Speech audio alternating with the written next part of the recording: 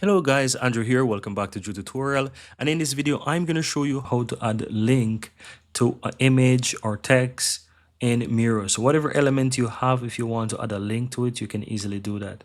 So let's start with the text. The first thing you have to do is to click on the text. And once it is selected, you will find the link icon here. It says insert link. You click on that and you add a link. So I'm going to type abc.com. Let's say that's it. Click on apply.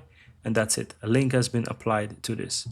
So the next thing, if I want to do it for the image, I can do the same. I click on the image. Now you realize you don't see the link option. So in order to add a link, go ahead and click the three dots to the right. And here you will see the option that says link to. Click on that and you can add the link to the image. So here you can type whatever. Let's say type in miro.com. I can type that in and click and confirm.